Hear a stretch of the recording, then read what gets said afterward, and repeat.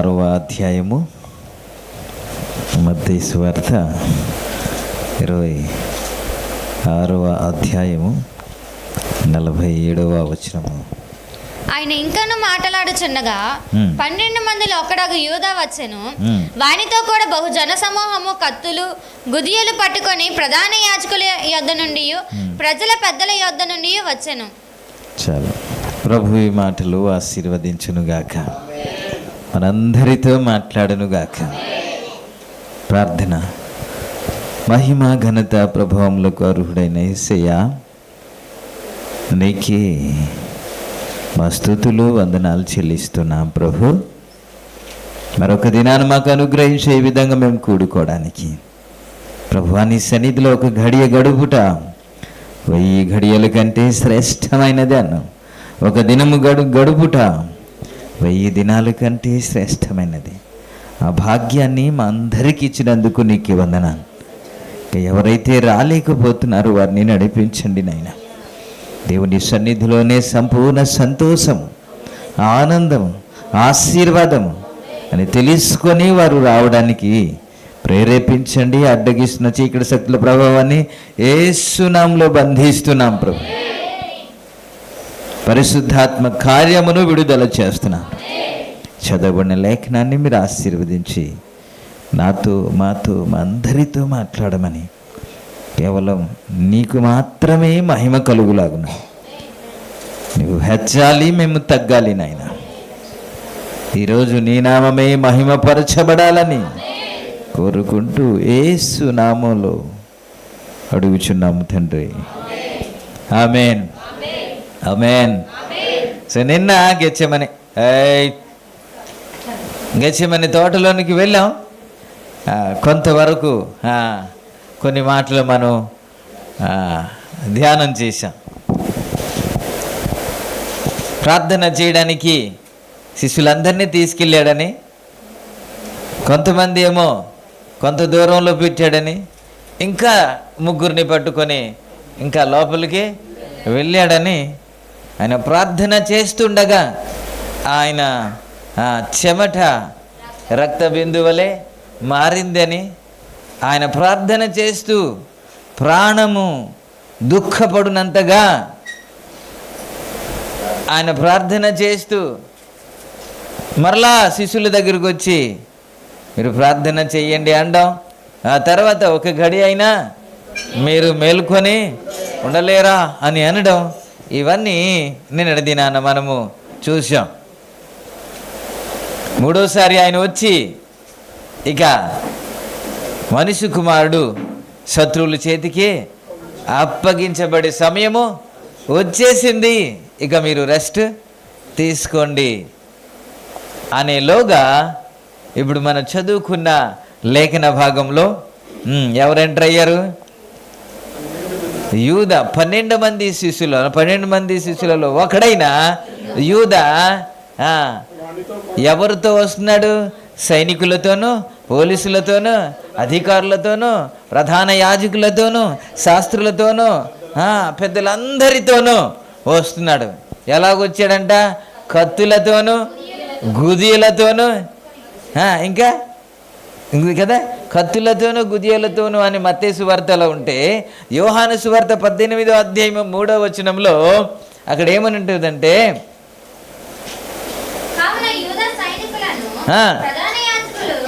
పరిసయ్యులు పంపిన బంట్రౌతులను వెంటబెట్టుకొని దివిటీలతోనూ దీపములతోనూ ఆయుధములతోనూ అక్కడికి వచ్చాను.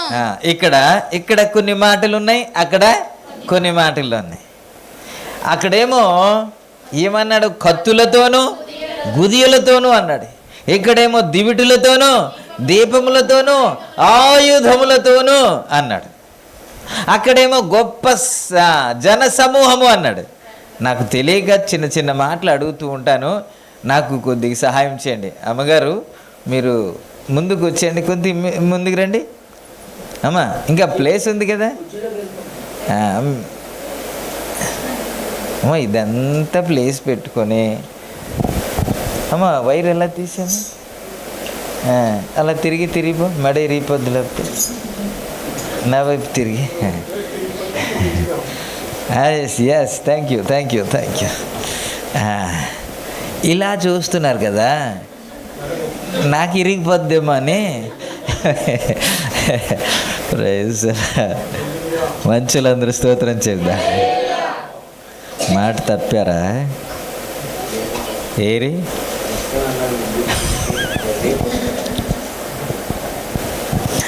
నన్ను అన్నీ గుర్తుపెట్టుకుంటాను. జన సమూహము అంటే ఎంతమంది ఉండొచ్చు? ఒక 10 మంది చూడండి, ఒక 20 మంది, ఒక 50 మంది, ఎంతమంది అయ్యి ఉండొచ్చండి? జన సమూహము అంటాం కదా. ఇక్కడ జన సమూహం ఎవరంటే మనకు తెలియదా? ఏమండి ఎంతమంది ఉండొచ్చండి? ఎక్కువ ఉండదా? లెక్క ఉండదు. పోనీ 500 మందా? ఇంకో 1000 మంది అందామా? మన అనుకుంటే కదా గెయిన్ కొద్ది జస్ట్ అనుకుంటే మన దాన్ని పెట్టి మనం ముందుకు వెళ్దాం. ఎంతమంది అండి? 1000 మంది దాటితే జనసమూహము అంటే 100 మంది వస్తే జనసమూహం అంటామా? 100 మంది వచ్చారండి, 150 మంది వచ్చారండి, 200 మందే అంటావు కదా. సో ఈ లెక్కలన్నీ ఇలాగుంటే జనసమూహము వచ్చారు అని అంటే మీరు ఎక్కడ చూస్తారు? ఒక ఆయన ఓదార్చడానికి వెళ్తూ ఉంటారు కదా, అప్పుడు రోడ్డు మీద వచ్చే జనం చూస్తారు. దానికి లెక్కలేని జనం వస్తారు కాబట్టి జన సమూహము అంటే బాగుంటుంది కదా. ఇవన్నీ మనం కొంచెం అర్థం చేసుకుంటేనే మిగతావన్నీ అర్థం అవుతుంది. కానీ ఇలా చూస్తూ ఉంటే నాకే ఆశ్చర్యం అనిపిస్తుంది. ప్రభు మీకు సహాయం చేయనుగాక. హల్లెలూయా. మీరు కొద్దిగా చెబుతూ ఉంటే మీకు వినబుద్ధి పుడుతుందని నాకు ఇంకా చెప్పడానికి ఆసక్తి కలుగుతుంది. మీరు అలాగానే ఉంటే ఉన్న మాటలు మర్చిపోతాను నేను. ఆ సహాయం మీరు నాకు చేయాలని మనవి చేస్తున్నాను. Praise the lord. Hallelujah, hallelujah. రేపటి నుంచి మీ ముఖం కలగా ఉండాలి. మీకు ఏటి కావాలంటే కొని పెడతాను, ఎస్తేర్ టైం లాగా. జిడ్డుగా ఎందుకు వచ్చింది ఈ జీవితం అన్నట్టు ఉండమాకండి.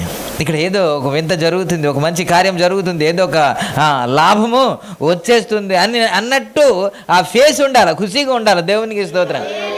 అందుకే అదే దేవుని సన్నిధిలో సంపూర్ణ సంతోషం అనడానికి. ఈ జనసమూహము అన్నమాట ఎందుకు పదే మీకు జ్ఞాపకం చేస్తున్నానంటే, జనసమూహముతో వెళ్ళి ఎవరిని పట్టుకోవడానికి? పోనీ అతను దొంగనా? పోనీ గజ దొంగనా? దాక్కుని తిరిగే వ్యక్తియా? ఎవరైతే వారంట్ ఉంటుందో, ఎప్పుడు తెలుసా ఇది ఏ టైము అంటారు అని అంటే, టైము వ్రాయబడకపోయినా సరే సుమారు 2-2.5 గంటలు అంటారు. ఎందుకని? ఈ 10 గంటలకి తోటలోనికి వెళ్తే ఇటు పడుకుంటారా వీళ్ళు? పోనీ 11 గంటలకి పడుకుంటారా? కాదు, టైము ఓవర్ అయితేనే కదా, 12 దాటితేనే, 1 గంట దాటితేనే మనం నిద్ర తట్టుకోలేక మనం కునుకుపాటు వస్తుంది. కాబట్టి అర్ధరాత్రి వేళ ఎవరిని అరెస్ట్ చేయడానికి వెళ్తారు తెలుసా? ఎవరికైతే వారెంట్ ఉంటుందో, ఎవరైతే దాక్కుని తిరుగుతుంటారో, ఎవరికైతే పోలీస్ స్టేషన్కి రాకుండా ఉంటారో, కోర్టు ఆర్డర్ ఉన్నప్పటికీ కూడా పిలిచిన రారో, వారిని దొంగచాటున అర్ధరాత్రి పోలీసులు వెళ్ళి అరెస్ట్ చేసి తీసుకొస్తారు. అప్పుడు హల్లెలూయా అనకండి, అదే చెప్పండి. నా యేసయ్య పొద్దున్నే లేస్తే సమాజ మందిరంలో ఉండేవారు కదండి. పొద్దున్నే లేస్తే ఊర్లోనికి వెళ్దాం, పదండి మన సువార్త ప్రకటిద్దాం, అందుకే కదా మనం వచ్చాం అనే కదా వెళ్ళేవారు. మరి ఉదయం అంతా కనిపిస్తున్నాడు కదా, మరి దాక్కుని ఉండే మనిషి కాదు కదా, వారి మధ్యనే పరిచర్య జరిగిస్తున్నాడు కదా, భయపడి ఎక్కడికి పారిపోయే రకం కాదు కదా. అయినా ఎంతమంది వచ్చారంట అంటే ఏం చూపిద్దామని? ఏం చూపిద్దామని ఇంతమంది వెళ్తున్నారంటే అతడు ఎంత గజ దొంగ అయి ఉంటాడు, ఎంత మోసగాడై ఉంటాడు, ఎంత అల్లరి చేసేవాడు అయి ఉంటాడు అని ఒక రుజువు చేయడానికి అంతమందిని పట్టుకొని వెళ్తున్నారు వీళ్ళు. పగలెందుకు అరెస్ట్ చేయలేకపోయారంటే వారు చేసిందే తప్పు కార్యం కదా, వారు చేసిందే అడ్డంగా వెళ్తున్నారు కదా. నీతిగా బోధిస్తుంటే ఎందుకయ్యా నీతిగా బోధిస్తున్నావు అంటాడు. ఒకడినేమో బాగు చేస్తే విశ్రాంతి దినమున ఎందుకు స్వస్థపరుస్తా అంటాడు. ఒకడిని మేలు చేస్తుంటే ఇలా చేయకూడదు అని అడ్డగిస్తారు. ఇప్పుడు ప్రభుత్వాలు కూడా అలా తయారైంది కదా. పేదవారికి ఏదైనా ఇద్దామంటే అడ్డగించే కొన్ని ప్రభుత్వాలు కూడా ఉంటాయి. అలాగా విశ్రాంతి దినంను స్వస్థపరిచిన సరే అదే తప్పు. అందుకే యేసు ప్రభు వారు ఒక దినాన అన్న, మీ గాడిద కానీ ఏది మేక కానీ గొర్రె కానీ ఏమైనా గుంటలో పడిపోయింది అనుకోండి, ఆ విశ్రాంతి దినం అని వదిలేస్తారా? తీస్తారు కదా. మరి 18 సంవత్సరం నుంచి సాతాను బంధించి ఉంచిన ఈమెను విశ్రాంతి దినమును విడిపించడం న్యాయమా, ధర్మమా, లేకపోతే తప్ప అని అడిగారు. నోరు మూసుకుని ఉండిపోయారు. సమాధానం ఏమీ లేదు. అడిగితే సమాధానం లేదు. వారి దగ్గర జవాబు ఉండదు, సత్యమేమీ ఉండదు. కానీ ఏం చేయాలి? అరెస్ట్ చేసేయాలి. ఏం చేయాలా? మరి అరెస్ట్ చేస్తే పగలు నువ్వు అరెస్ట్ చేయవచ్చు కదా, అందరు ఉంటుండగా అరెస్ట్ చేయవచ్చు కదా. నువ్వు నిజాయితీగా కానీ నువ్వు అరెస్ట్ చేస్తూ ఉంటే అర్ధరాత్రి వెళ్ళడం ఎందుకు? ఎవరు లేనప్పుడు వెళ్ళడం ఎందుకు? ప్రార్థనలో ఉండేటప్పుడు వెళ్ళడం ఎందుకు?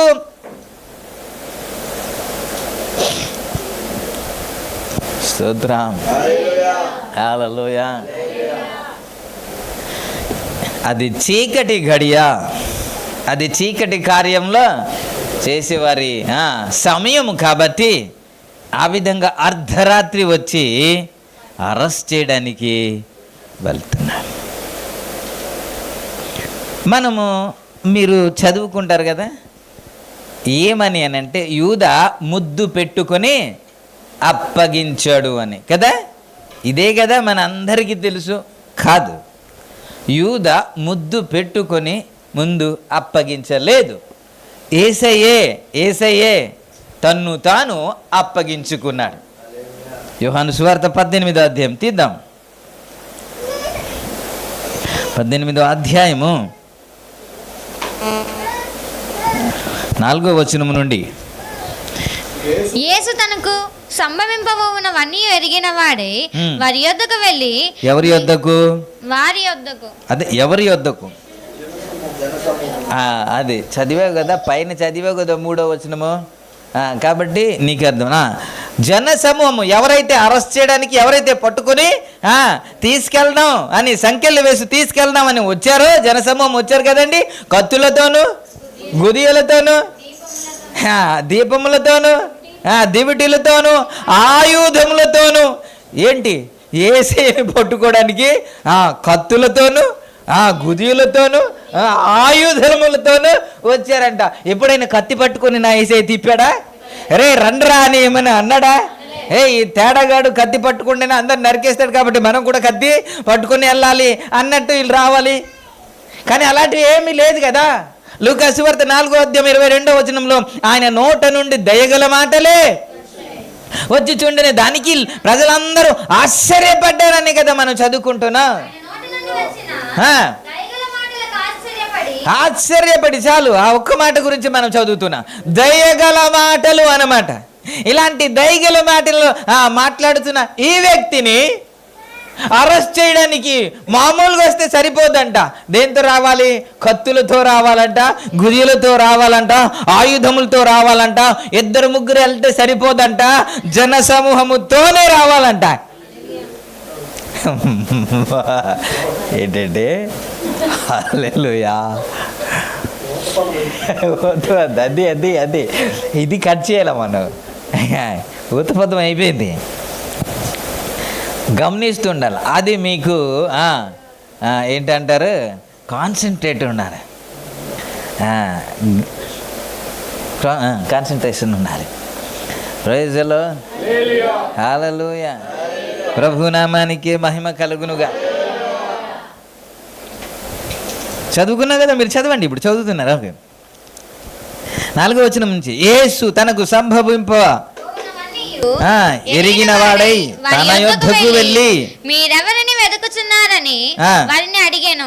వారు నజరేయుడైన యేసునని ఆయనకు ఉత్తరమేగా యేసు ఆయనను నేనే అని వారితో చెప్పాను. ఓకే, ఇప్పుడు ముద్దు పెట్టుకొని అప్పగించాడా లేకపోతే యేసుయే తాను అప్పగించుకుంటున్నాడా కదా? ఈ 4 సువార్తలు ఇప్పుడు రిఫరెన్స్ తర్వాత ఇద్దాం, ఎక్కువ ఎందుకు, కానీ మిగతా సువార్తల్లో ఆయన ముద్దు పెట్టుకొని అప్పగించడు అనే మాట ఉంటుంది, అది కూడా వాస్తవమే.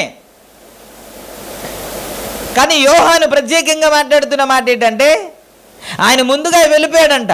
ఎవరైతే అరెస్ట్ చేయడానికి వెళ్తున్నారో వారి దగ్గరికి ముందుగా వెళ్ళి, మీరు ఎవరిని ఎత్తుకుతున్నారు అని అంటే, మేము నజరేయుడైన యేసును అన్నారంట. యేసును అనగానే ఆయనను నేనే అని అంటే వెనక్కి తగ్గి, ఏదే అది చదివితే కదా వీరికి ఆ మాట వస్తుంది. ఆ మాట ఇప్పుడు వీళ్ళు చదవలేదు, అందుకే బైబిల్ చదవండి అంటున్నాను. ఆ మాట ఎప్పుడు చదవలేదు, నేను గ్యాప్ ఇవ్వగానే మీరు మాట అనలేకపోతున్నారంటే దానికి అర్థం ఏంటి? అది ఏటో మనకి తెలియదు. ఇప్పుడు చదవండి. ఆయనను నేనే అని వారితో చెప్పాను. వారు వెనుకకు తగ్గి నేల మీద పడిరి. వారు వెనుకకు తగ్గి నేల మీద పడిరి. మరలా రెండోసారి కూడా మీరు ఎవరిని వెతుకుతున్నారు అని అంటే, పడిన వారు ఏమవ్వాలి? పడిన వారు లేవాలి కదా. అంటే యేసయ్య మరలా లేపి, అయ్యా మీరు ఎవరిని వెతుకుతున్నారు అని అడిగితే, నజరేయుడైన యేసును అన్నారంట. మళ్ళీ వాళ్ళు ఆయనను నేనే అన్నాడంట, మళ్ళీ పడ్డారంట. ఇప్పుడు యేసయ్యే లేపకపోతే వీళ్ళ పరిస్థితి ఏంటి చెప్పండి సార్? యేసయ్యే వారిని లేపకపోతే పరిస్థితి ఏంటి? చాలామంది అంటారు 3 మేకులు పీక్కోలేడంట. ఆయన రే నువ్వు చచ్చిపోను గాక అనలేదుగా, ఆయనను నేనే అంటేనే పడ్డారు కదా. ఇంకో మాట ఏదైనా అంటే వాళ్ళు ఏమైనా ఉంటారా?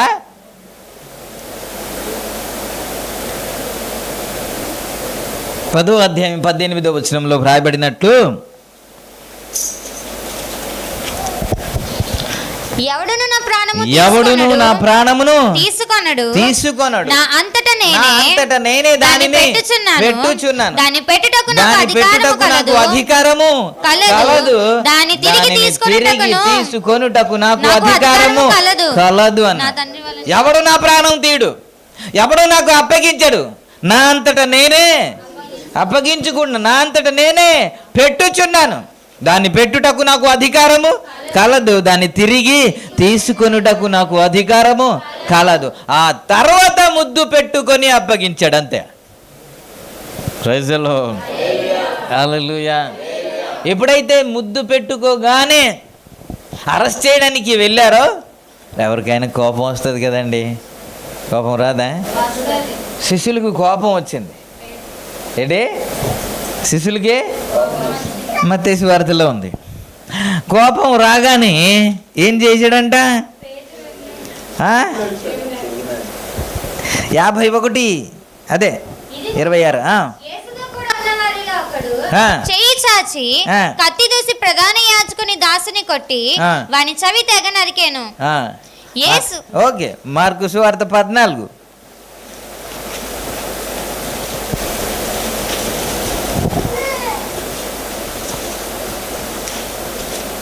తీసారా? 47 దగ్గర నిలిచి ఉన్న వారిలో ఒకడు కత్తి దూసి ప్రధాన యాజకుని దాసుని కొట్టి వాని చెవి తెగ నరికాను. ఏం చేశాడంట? నేను ఈ వాక్యమే ఈరోజు చెప్పడానికి ఇష్టపడుతున్నాను. ఇవన్నీ కాకుండా ఈ ఒక్కటే, నేను ఒక్కటే చెప్పాను. ఏంటి? పదే పదే పదే పదే గుర్తుండిపోద్ది. ఆ ఒక్కటే చెప్పాను కదా. ఒక్క గడి అయినాను అక్కడి నుంచి మనం ఎక్కడికి వెళ్ళలేదు. ఆ ఒక్క మాటలోనే మనం నిలబడ్డాం. ఈరోజు కూడా ఈ ఒక్క మాటలో నిలబడదాం. కానీ సమయం అయితే తక్కువ ఉంది, సమయానికి ముగించడానికి ప్రయత్నం చేస్తాను. ప్రభు నాకు సహాయం చేయనుగాక. హల్లెలూయా, హల్లెలూయా.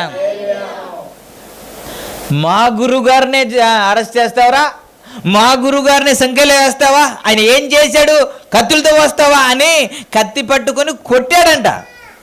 అతన్ని కొట్టి మరి మెడ నరికేద్దాం అనుకున్నాడు, మరి ఏమైందో తెలియదు. కానీ కరెక్ట్గా చెవియే పడుతుందా? పడదు కదా. చెవి అంటే ఇది చేపలా ఏమన్నా కోయడానికి చెవికి పడుతుంది.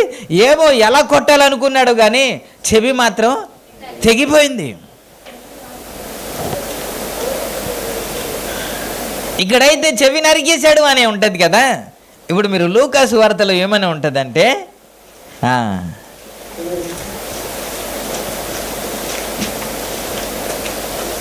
లూకా సువార్త 22వ అధ్యాయము 49వ వచనము. ఆయన చుట్టూ ఉన్నవారు జరగబో దానిని చూచి, ప్రభువా కత్తితో నరుకుదమా అని ఆయనను అడిగిరి. చాలు, ఏంటన్నారంట? కత్తితో నరకాలా అని ఎవరిని అడిగారు? యేసయ్యని అడిగారు. కత్తితో వేసేయాలేటయ్యా అని అడిగారు. అడిగితే ఆయన జవాబు ఇచ్చాడా? నేను చదవమంటేనే చదువు. జవాబు ఇచ్చాడా? జవాబు రాలే. కానీ కింద వచనంలో అంతలో వారిలో ఒకడు ప్రధాన యాజకును, అంతలో అని అంటే ఆన్సర్ వచ్చే ముందు, ఆయన చెప్పక ముందు, ఆయన మాట్లాడక ముందు, చెయ్యి అని చెప్పక ముందు తొందరపడి ఏం చేశాడు? ఇప్పుడు టైటిల్ ఏమిచ్చాను నీకు? తొందరపడి నిర్ణయము నీకు అని గ్యాప్ పెట్టాను. ఇవొక్కటే మనం డీల్ చేద్దాం. ప్రభు సన్నిధిలో ప్రార్థన చేశాడు కదా, ప్రభు సన్నిధిలో మొరపెట్టాడు కదా, జవాబు వచ్చే వరకు ఆగాలా వద్దా? ఖచ్చితంగా ఆగాలి కదా. ఇప్పుడు ఆ నరికాడు కాబట్టి నా యేసయ్య నరకేమని చెప్పాడా? చెప్పలేదు కదా. జవాబు రాలేదు కదా.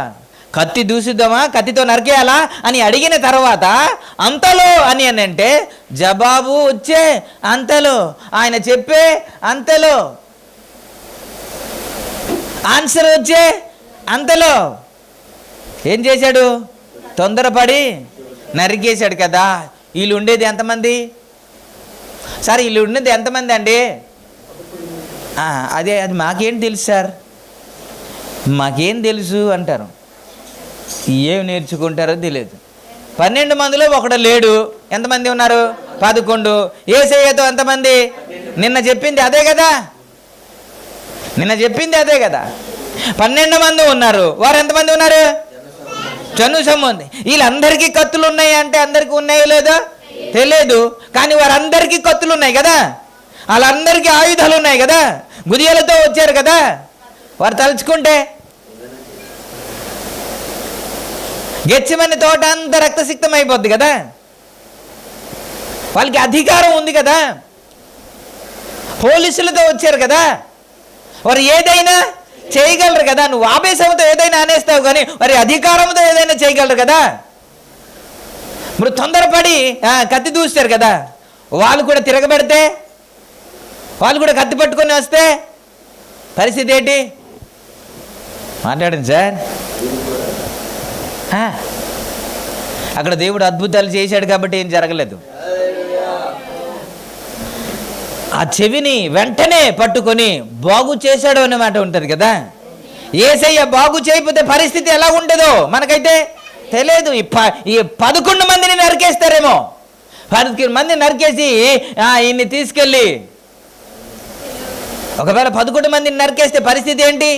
నెక్స్ట్ సువార్త వీలే చేయాలి కదా. తోమా కానీ బ్రతి ఉండకపోతే మనం ఈరోజు ఈ విధంగా ఆరాధన చేయడానికి అవకాశమే లేదు కదా. ప్రతి దేశానికి ఒక్కొక్కరు వెళ్ళాలి, సువార్త తీసుకెళ్ళాలి, దేవుని సువార్త ప్రకటించాలి, దేవుని ప్రేమను ప్రకటించాలి, దేవుని వైపు అందరినీ మళ్ళించాలి అనే కదా 11 మంది 12 మందిని దేవుడు ఏర్పాటు చేశాడు. వీరు తొందరపాటు నిర్ణయం వల్ల ఏదో జరగకుండా జరిగితే, అనుకోకుండా అని అది జరిగిపోతే పరిస్థితి ఏంటి?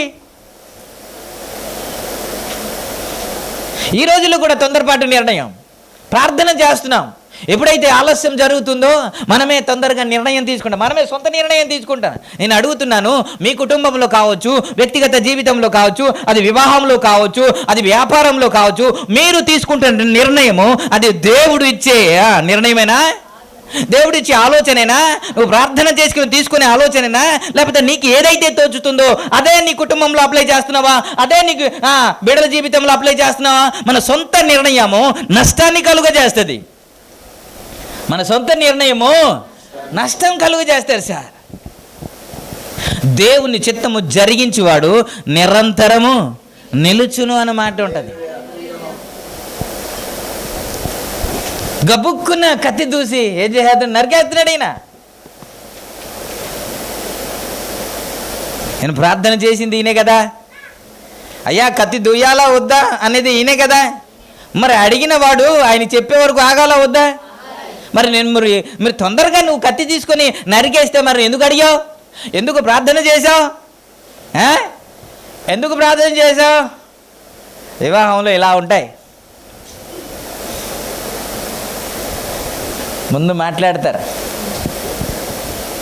మా కులపొడి కావాలి. ఎవడు కావాలా? కొద్దిగా హైట్గా ఉండాలి, 6 అడుగులు ఉండాలి. గవర్నమెంట్ అక్కర్లేదు, అది ఏదో వేరు ఉంది కదా, ఆ వేరు ఉండాలి. ఇందులో 30-40 వస్తుంది, కానీ అందులో అయితే వస్తాయి. హ్యాండ్సమ్గా ఉండాలి, క్రీమ్ కాదు. మళ్ళీ బ్యాక్గ్రౌండ్ కూడా బాగుండాలి. ఏం బ్యాక్గ్రౌండ్? ఈ బ్యాక్గ్రౌండ్ కాదు, ఫ్యామిలీ బ్యాక్గ్రౌండ్. తెల్లగా ఉండాలి, నిగ మెరిసిపోతూ ఉండాలి. అందుకే తెల్లగా అవడానికి ఏదేదో రాసుకుంటున్నాం, వేసి రక్త వేజాయి. ఇవన్నీ చేసి ఫిక్స్ చేసి ఎంత ఇస్తారు? ఇవన్నీ మాట్లాడేస్తాం. మాట్లాడి దైవ సేవకుని పిలిచి ఒక సంబంధం అనుకుంటున్నామండి, దేవుని చిత్తం అయితే. దేవుని చిత్తం ఏమి కాదు, అంతా వీళ్ళ చిత్తమే. మళ్ళీ ఇక్కడికి వచ్చి అంతా చేసేసి ఇప్పుడు దేవుని చిత్తం అయితే అని ఇక్కడ ప్రార్థన చేయాలి మనం. ఇప్పుడు అన్నీ చేసి దేవునికి స్తోత్రం. నిర్ణయం అంతా ఎవరిదే? దేవుని చిత్తం అంటే ఏంటంట? నేను 10 సార్లు చెబుతూ ఉంటాను. ఏంటి అని అంటే, ఒక తెల్ల కాగితంలో మనం సైన్ చేసి, అయ్యా నాకు ఎలాంటి వాళ్ళు కావాలి, నువ్వే డిసైడ్ చేయ్యా అని వైట్ పేపర్ ఆయనకి ఇచ్చేయడమే దేవుని చిత్తం అంటాడు. Praise the lord. లేదు, మనమే చూసేస్తాం, నవ్వేస్తాం, హాయ్ అంటాం, వెళ్దామా అంటాం, తిరిగేస్తాం, ఆ తర్వాత ప్రార్థన చేస్తాం కదా. అంత అయిన తర్వాత ప్రార్థన చేస్తాం. అందుకే అప్పుడప్పుడు ఇలాంటివి జరుగుతూ ఉంటాయి. సౌండ్లు వస్తూ ఉంటాయి, గిన్నెలు బయటకు వస్తూ ఉంటాయి, సొట్లు అయిపోతూ ఉంటాయి, అప్పుడప్పుడు బుర్ర కూడా కన్నం అయిపోతూ ఉంటాయి. ఇలాంటివి అప్పుడు జరుగుతూనే ఉంటాయి. దేవునికి స్తోత్రం. తొందరపట్టు నిర్ణయం మనకు మంచిది కాదు. సమూయేలు 13వ అధ్యాయంలో మీరు చూస్తారు. సమూయేలు 13వ అధ్యాయంలో సమూయేలు గారు సౌలుని ఏం చెప్పాడంటే 8వ వచనం నుంచి మరాజు అలా మీరు చూస్తూ ఉండండి, మీరు అలా చూస్తూ ఉండండి, తర్వాత చదువుతారు. సమూయేలు చెప్పినట్టు 7 దినములు, నువ్వు 7 దినములు ఆగు, నేను నీ దగ్గరికి వస్తాను, వచ్చిన తర్వాత నేను బలి అర్పిస్తాను, యెహోవాకు శాంతపరుస్తాను, శాంతిపరిచిన తర్వాత మాత్రం నువ్వు యుద్ధానికి వెళ్ళాలి అని చెప్పిన తర్వాత 7 దినాలు ఆగాడంట. 7 దినాలు ఆగిన తర్వాత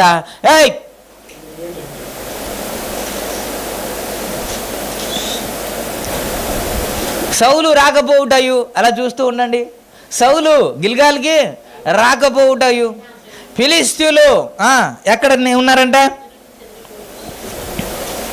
ఇప్పుడు చదవండి మీరు 8వ వచనం నుంచి. సమూయేలు చెప్పినట్లు అతడు 7 దినములు ఆగి సమూయేలు గిల్గాలుకు రాకపోవుటయు జనులు తన యొద్ద నుండి చెదిరిపోవుటయు చూచి దహన బలులు సమాధాన బలులు నా యొద్దకు తీసుకుని రమ్మని చెప్పి దహన బలులు అర్పించెను అన్నమాట ఉంటది. సమూయేలు ఏం చెప్పాడు ఆయనకి? 7 దినాలు ఆగమన్నాడు. నేనే నీ దగ్గరికి వస్తానన్నాడు. నేను దహన బలులు అర్పిస్తానన్నాడు. ఎప్పుడైతే ఫిలిస్తీన్లు వచ్చేసారో, అక్కడున్న ప్రజలందరూ చెదిరిపోతున్నారో, ఇప్పుడు ఏమన్నాడంటే దహన బలులకి పశువుని తీసుకొని రండి అని ఆయనే అర్పించేశాడంట. ఈ మాట గమనించండి. తన రాజు కావచ్చు కానీ యాజకుడు మాత్రం కాదు కదా. యాజకుడు మాత్రమే బలి అర్పించాలి కదా. యాజకుడు చేయాల్సింది, పాస్టర్ గారు చేయాల్సింది, నేను రాజును కదా, నాకు అధికారం ఉంది కదా అని ఈయన చేసేస్తున్నాడు. ఈయన వెంటనే మీరు చూడండి, అతడు దహన బలులు అర్పించి చాలించిన వెంటనే సమూయేలు వచ్చెను. సౌలు అతనిని కలుసుకొని అతనికి వందనాలు చేయుటకు బయలుదేరగా సమూయేలు అతనితో నీవు చేసిన పని ఏమని అడిగినందుకు సౌలు జనులు నా యొద్ద నుండి చదురుపోవటయు నిర్ణయ కాలంలో నీవు రాకపోవటయు ఫిలిస్తీయులు మిస్మాములో కూడి ఉండుటయు నేను చూసి ఇంకను యెహోవాకు శాంతి పరచక మునుపే ఫిలిస్తీయులు గిల్గాలునకు వచ్చి నా మీద పడుదురేమో అని నా అంతటా నేనే సాహసించి దహనబలి అర్పించి తినను. సాహసించి ఏం చేస్తున్నాడంట? దహన బలు అర్పించేశాను అన్నాడు. ఇంతకీ దహన బలులు ఎవరు అర్పించాల? రాజా? ఏమండి చెప్పండి సార్, మాట్లాడండి. ఒక్కొక్క రోజు ఒక్కొక్క టైప్ ఉంటుంది కదా, ప్రతిరోజు ఒకేలాగా ఉండదు కదా. మీరు ఎందుకు అలా సీరియస్ మూడుకు వెళ్ళిపోయారు? బయటికి రండి, మంచి వాళ్ళందరూ స్తోత్రం చెప్తాం. నీరసంగా ఉన్నవారు హల్లెలూయా చెప్తాం. చూసారా, ఒప్పుకుంటున్నారు యథార్థవంతులు మా సంఘంలో చాలామంది ఉన్నారు. ప్రేసలో నేను ఆహారం పంచడానికి వెళ్ళేటప్పుడు చాలామంది అయ్యా నేను తినేసామయ్యా వద్దు అంటున్నారు.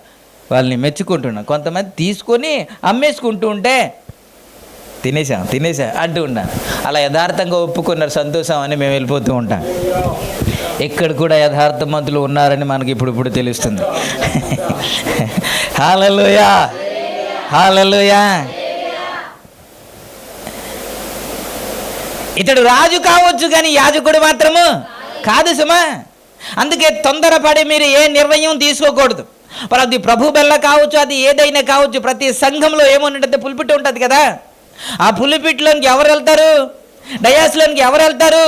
దైవ సేవకులు మాత్రమే వెళ్తారు. దైవ సేవకులు మాత్రమే అక్కడ ఉండి బోధించాలి. ఇంక ఎవరు ఎక్కడానికి వీల్లేదు. ఎందుకంటే అభిషేకించబడిన వారు మాత్రమే. ఇది నా గురించే మీరు నేను మాట్లాడుతున్నాను అనుకుంటున్నారేమో. కాదు. ఈ సందర్భం వచ్చింది కాబట్టి ఇది మీకు చెప్పవలసి వస్తుంది. అక్కడికి మనం ఖచ్చితంగా ఎక్కకూడదు. ఎందుకని? అది దైవ సేవకుని స్థానం. అది దైవ సేవకునే చేయాలి.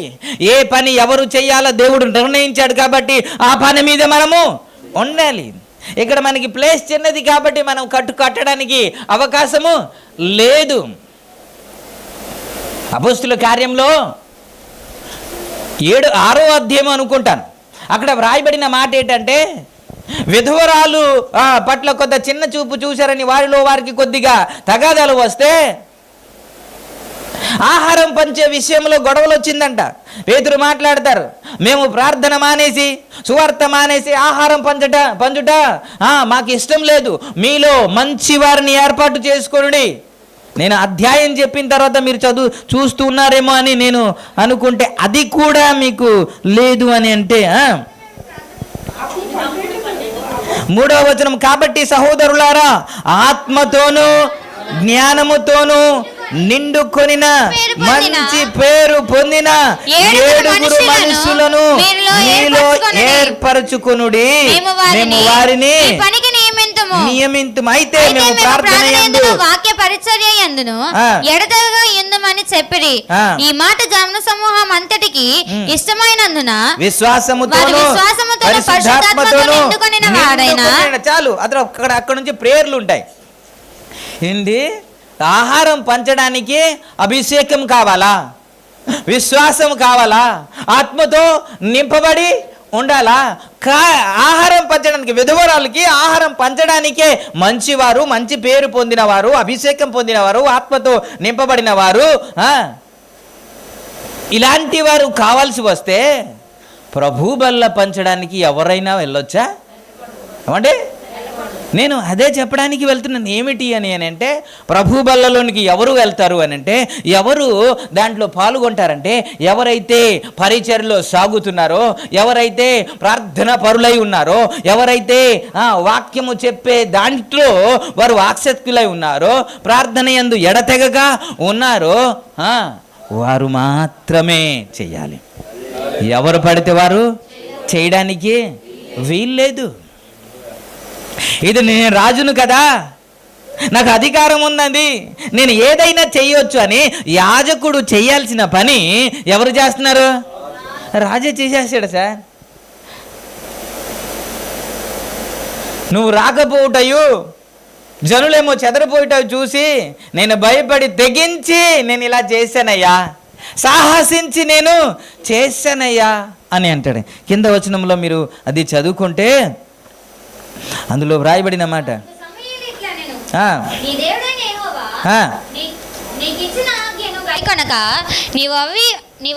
సార్ నేను చదువుతాను, కంగారు పడకు, నేను చదువుతాను. అందుకు సమూయేలు ఇట్లా, నేను నీ దేవుడైన యెహోవా నీకిచ్చిన ఆజ్ఞను గైకొనక నీవు అవివేకపు పని చేసితివి. నీ రాజ్యము ఇజ్రాయెల్ మీద సదాకాలము స్థిరపరచుటకు యెహోవా తలంచి ఉండేను, అయితే నీ రాజ్యము నిలవదు అన్నాడు. ఏం చేసినందుకు? ఏ పాపం చేశాడండి? ఏమీ లేదండి, తొందరపడి ఒక నిర్ణయం తీసుకున్నాడండి, ఆవేశంతో ఒక నిర్ణయం తీసుకున్నాడండి. అది దేవుని చిత్తమో కాదో అని అర్థం చేసుకోకుండా, ఎవరు చెయ్యాలో ఎవరు చేయకూడదు ఆలోచించకుండా తొందరపడి ఒక నిర్ణయం తీసేసుకున్నాడు. చివరికి ఫలితం ఏంటి అంటే, సదాకాలము తన రాజ్యాన్ని స్థిరపరచాలని, దేవుడు ఆశీర్వదించాలని, అభిషేకించాలని, ఉన్నత స్థాయిలో ఉంచాలని దేవుడు తలంచాడంట. కానీ దేవుడు తీసాడు. దేనికి? తొందరపడి నిర్ణయం తీసుకున్నాడు సార్. అందుకే అది వివాహంలో కావచ్చు, అది ఎక్కడైనా కావచ్చు, తొందరపడి నిర్ణయం తీసుకోకూడదు. ఉన్నవాడు గోతిలో ఉన్నాడు కదా, పాపంలో ఉన్నవాడు. దావీదేమంటాడు? చీకట గల దొంగ ఊబిలో నుండి నన్ను పైకి లేపేమంటాడు కదా. మనం రక్షించబడిన వారు ఎక్కడున్నాం? పైన ఉన్నాం. పాపంలో ఉన్నవాడు ఎక్కడున్నాడు? కిందనే ఉన్నాడు. ఇప్పుడు ఆమె ఏమనుకుంటుంది? అన్ని లేపుదాం అనుకుంటుంది. ఇప్పుడు చేయి పట్టుకొని లాగుతుంది. ఎవరిని లాగుతారు చెప్పండి సార్. ఇదే చెబితే, ఇదే సొలొమోనుకి చెబితే నా తలకాయ ఎంత ఉందో నీకు తెలుసా, తిప్పేస్తా అన్నాడు. లాస్ట్కి తిరిగిపోయాడు. సొలొమోను అంతటి వాడే తిరిగిపోతే మనం పెద్ద గొప్ప. ఈవిడ తిప్పేస్తుందంట. దాని కొరకు 21 రోజు ఉపవాసం అంట. యేసు రక్తమే జై.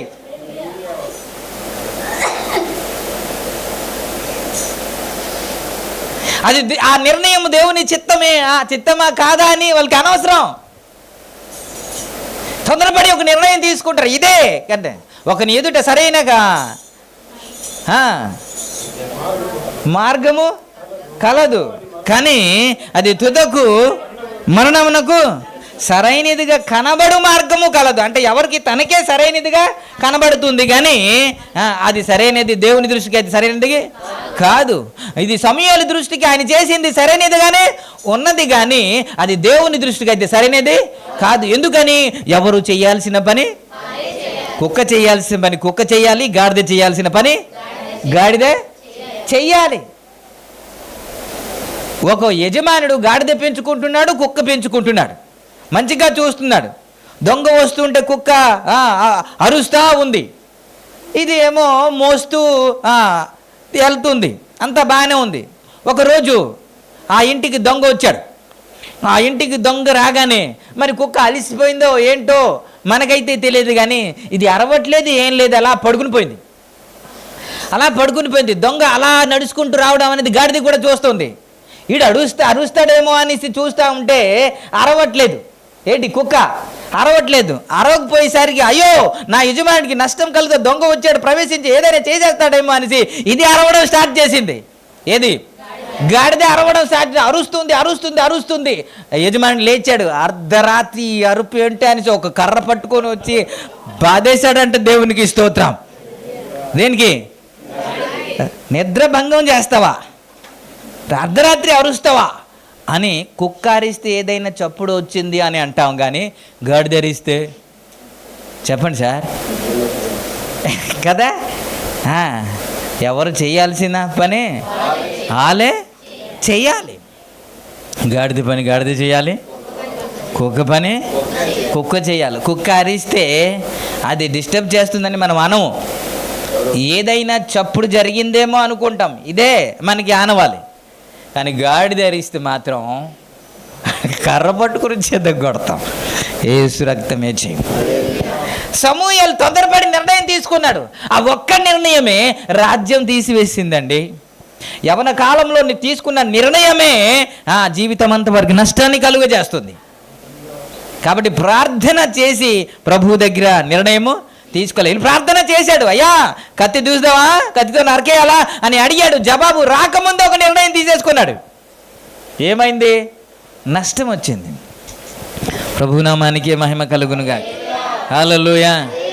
ఆదికాండం 16వ అధ్యాయంలో వ్రాయబడిన మాట ఏంటి అని అంటే, దేవుడు మాట ఇచ్చాడు 12వ అధ్యాయంలో. ఏమని అంటే, నీకు సంతానాన్ని ఇస్తాను, ఆ సంతానాన్ని ఆశీర్వదిస్తాను, భూలోకము నిండుతుంది, ఆకాశ నక్షత్రం వల్లే ఉంటారు, సముద్రపు ఇసుక రేణు వలె అలాగవుతారు, నిన్ను ఆశీర్వదించే వారిని నేను ఆశీర్వదిస్తాను, నిన్ను శపించే నేను శపిస్తాను. ఇలా వాగ్దానం చేసిన తర్వాత కొన్ని సంవత్సరాలు అయిపోయింది, కొన్ని దినాలు, కొన్ని నెలలు, కొన్ని సంవత్సరాలు అయిపోయిన తర్వాత ఇంకా పిల్లలు పుట్టలేదనిసి ఇప్పుడు అంటుంది 16వ అధ్యాయం 1వ వచనంలో, సారా తనకు పిల్లలు కనకపోవుట చూచి చాలే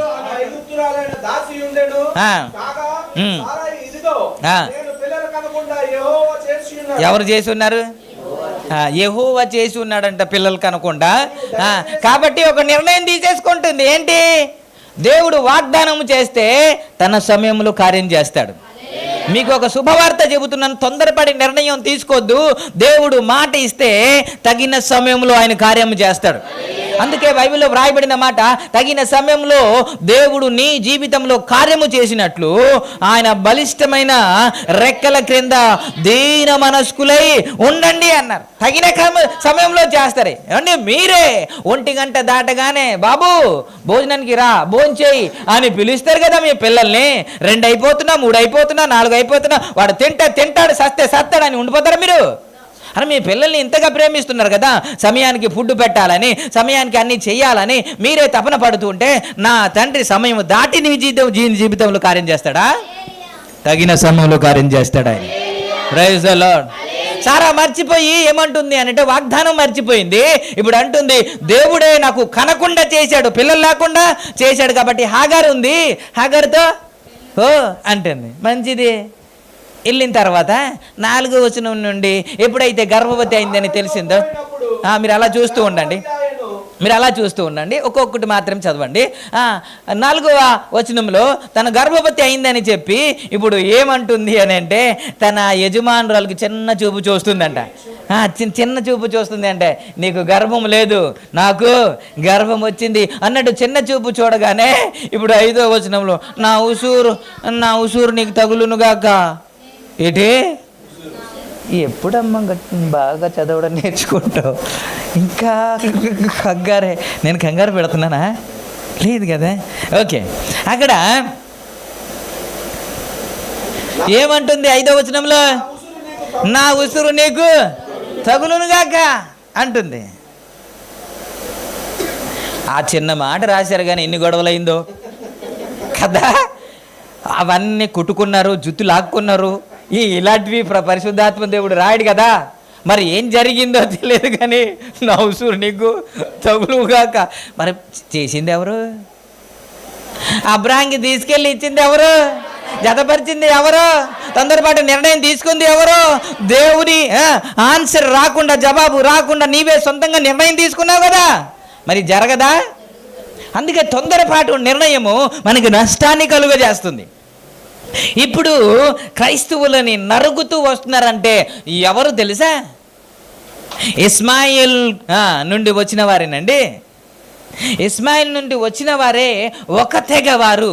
ఇప్పుడు వారు విరోధి అయి క్రైస్తవులని, అన్యుల్ని, వారి మతంలో లేని వారిని చంపుతూ వస్తున్నారు. ఇంత విభేదాలు, ఇంత నష్టాన్ని, ఇంత ఇబ్బంది కలగడానికి కారణం ఏంటి అంటే సారా తీసుకున్న నిర్ణయం. ప్రైజ్ ది లార్డ్, హల్లెలూయా, ప్రభునామానికి మహిమ కలుగునుగా. సమూయేలు తొందరపాటు ఉండి నిర్ణయం తీసుకుని రాజ్యాన్ని కోల్పోయాడు. సారా తొందరపాటు ఉండి నిర్ణయం తీసుకుని శాపం తెచ్చుకుంది, కష్టం తెచ్చుకుంది, ఇబ్బంది, సుఖంగా ఉన్న ప్రాణాన్ని ఏం చేసింది? ఇదే పడుకున్న గాడిదను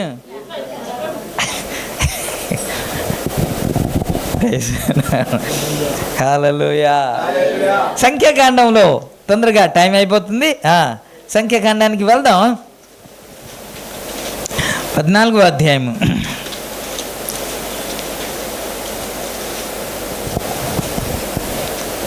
40వ వచనంలో వారు ఉదయంలో లేచి కొన మీదకి ఎక్కి సిద్ధమండి, మేము పాపము చేసిన వారము, యెహోవా చెప్పిన స్థలమునకు వెళుదాము హానిరి.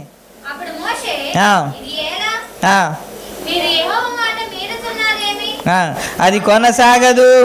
యెహోవా మీ మధ్య లేడు గనుక మీ శత్రువులు ఎదుట హతము చేయబడుదురు, మీరు సాగిపోవద్దు అన్నాడు. ఎవరు? మోసే, మీరు వెళ్ళొద్దయ్యా, వీళ్ళన్నా వెళ్ళిపోతాం సార్, పర్లేదు నేను వెళ్ళిపోతాం, మేము యుద్ధానికి వెళ్ళిపోతాం అని అంటే, అయ్యా దేవుడు మీ మధ్య లేడు, మీకు నష్టం జరుగుతుంది, శత్రువుల చేత మీరు ఓడిపోతారు, కాబట్టి మీరు వెళ్ళకూడదు అని అంటే దైవ సేవకుడు చెబుతున్నప్పటికీ కూడా, దైవ సేవకుడు మాట్లాడుతున్నప్పటికీ కూడా అది మంచిది కాదయ్యా, నీ కుటుంబం ఇలా ఉండడం మంచిది కాదు, నీ జీవితం ఇలా ఉండడం మంచిది కాదు, నువ్వు ఇలా మాట్లాడడం మంచిది కాదు, అది పరిస్థితి మంచిది కాదు అని చెబుతున్నప్పటికీ కూడా చెవిని పెట్టకుండా తొందరపడి వారికి ఏదైతే నచ్చిందో అదే చేయడానికి ముందుకు వెళ్ళిపోతున్నారు. మీరు చూడండి, వారు ముందుకు వెళ్ళిపోయిన తర్వాత జరిగిన సంఘటన ఏంటి అని అంటే లాస్ట్ 45వ వచనంలో, చాలు 40, నివాసముగానున్న అమాలేకులు కానానీయులను దిగి వచ్చి వారిని కొట్టి హోర్మా వరకు తరిమి హతము చేసిరి. ఏం చేశారు? అవసరమా? దైవసేవకుడు ఏం చెప్పాడు? వెళ్ళొద్దు అన్నాడు కదా, వద్దు అన్నాడు కదా, అది మంచిది కాదు అన్నాడు కదా. అయినప్పటికీ కూడా మేము చేసిందే కరెక్ట్. ఏంటి?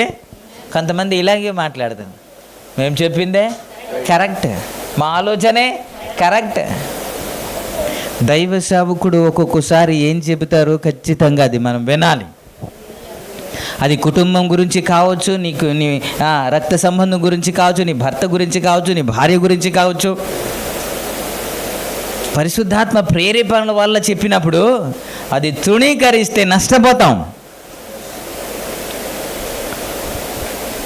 దేవుడు చెప్పాడండి ఆ శిశుడిని నరకేమని? చెప్పలేదు కదా. సమూయేలు చెప్పాడా నువ్వు దహన బలి అర్పించమని? చెప్పలేదు కదా. దేవుడు సారాని చెప్పాడా హాగారుని ఇమ్మని, హాగారు వలన నీ కుమారుని అనుగ్రహిస్తాననేసి దేవుడు చెప్పాడా? చెప్పలేదు కదా. మోసే చెప్పాడా మీరు యుద్ధానికి వెళ్ళమని? చెప్పలేదు కదా. వీరందరూ సొంత నిర్ణయం తీసుకున్నారండి. ఆ సొంత నిర్ణయం వల్ల చాలామంది నష్టపోయారు. ప్రభునామానికి మహిమ కలుగునుగాక. హల్లెలూయా. మన ప్రభు సన్నిధిలో వేచి ఉండాలి. అది ఆలస్యమైనప్పటికీ కూడా మన ప్రభు సన్నిధిలో కనిపెట్టాలి. ప్రభు ఆలోచన మనము తీసుకోలేం. ఆయన అద్భుతాలు చేస్తే ఊహించలేని అద్భుతాలు చేస్తాడు. ఆశ్చర్య కార్యములు జరిగిస్తాడు ఆయన. అడుగు వాటికంటే, ఊహించే వాటికంటే అత్యధికమైన కార్యము చేస్తాడు ఆయన. Praise the lord. ప్రతిదానికి మోసే ప్రభు సన్నిధిలో ప్రార్థన చేసేవాడు. అయ్యా మేము ఏం చెయ్యాలని ప్రార్థన చేసేవాడు. ఆ ప్రార్థన చేసిన తర్వాత దేవుడు జవాబు ఇస్తేనే ముందుకు కొనసాగేవాడు. దేవునికి స్తోత్రం. హల్లెలూయా. ఆయన పేరే ఆలోచనకర్త కదండి. ఎవరు? ఆశ్చర్యకరుడు, ఆలోచనకర్త, నిత్యుడగు తండ్రి, సమాధానకర్త. ఆశ్చర్యకరుడు, ఆలోచనకర్త, నిత్యుడగు తండ్రి, సమాధానకర్త. నీవంటి గొప్ప దేవుడు ఎవరున్నారిలలో, నీకు చాటైనా దీటైనా నేను. నీ వంటి గొప్ప దేవుడు ఎవరున్నారిలలో, నీకు సాటైనా దీటైనా దేవుడు లేడిల. ఆశ్చర్యకరుడు, ఆమేన్. ఆలోచనకర్త, నిత్యుడగు తండ్రి, సమాధానకర్త. ఆశ్చర్యకరుడు, ఆలోచనకర్త, నిత్యుడగు తండ్రి.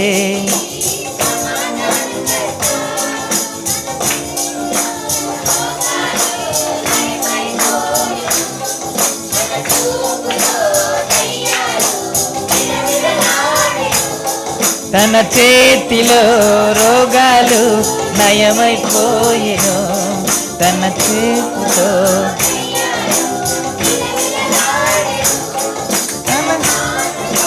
ప్రకృతినే శాసించినవాడు, తన మాటతో ప్రకృతినే శాసించినవాడు.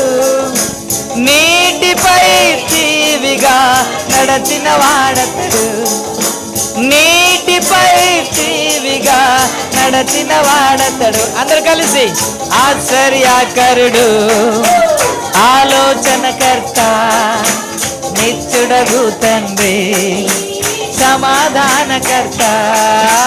ఆశ్చర్యకరుడు, ఆమేన్. నిత్యుడగు తండ్రి, సమాధానకర్త. Praise the lord.